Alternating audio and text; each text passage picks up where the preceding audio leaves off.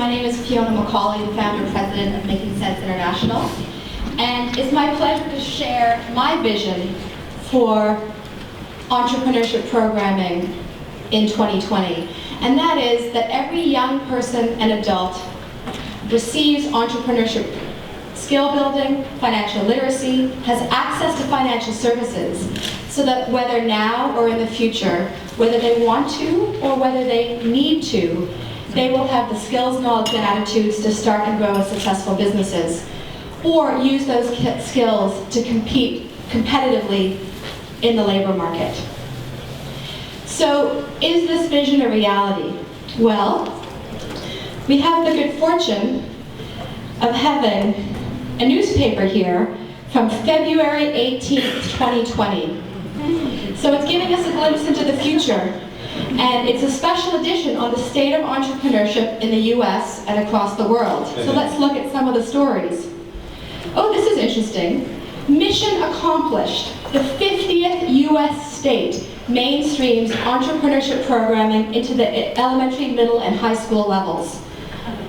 Oh, each of the 4 million 12-year-olds living in America in 2020 has his or her own savings account. Oh my gosh.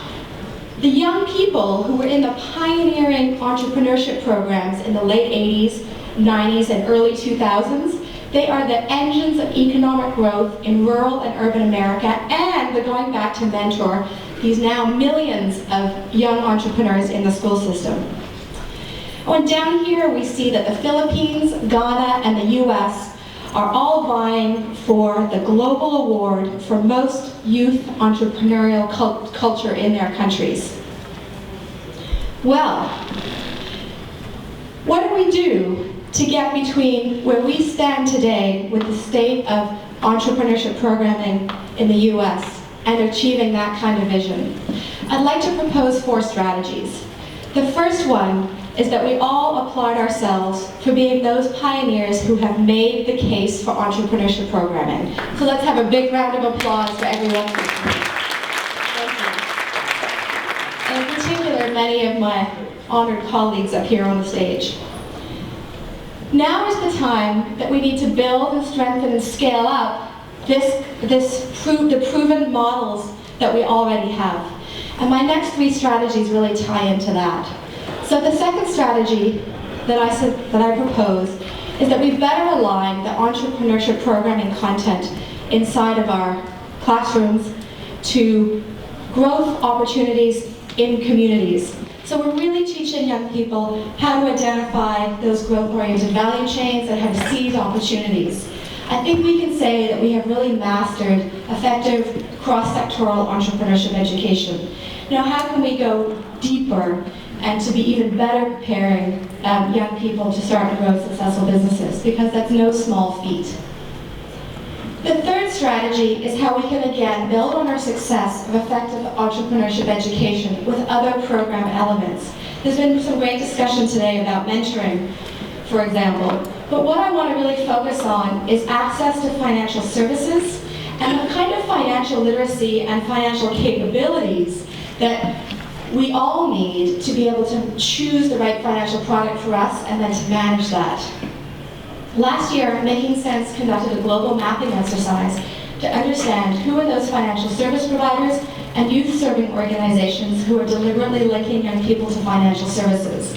And the map is not as full or as complete as we know that it can be. We still have a long way to go. The number 1 financial product that young people want is savings. But the number of young people saving is really quite limited. And I think we've seen more than enough in the global economic crisis about what massive amounts of what comes to financial illiteracy can result in. So I'll say no more on that. The fourth strategy is about the importance of global knowledge exchange. How we can be better exchanging with our colleagues nationally and internationally on promising practices, what's working, what's not working, and to build more effective partnerships. I've had an up-close and personal experience with this, with having convened a Global Youth Economic Opportunities Conference over the last 5 years.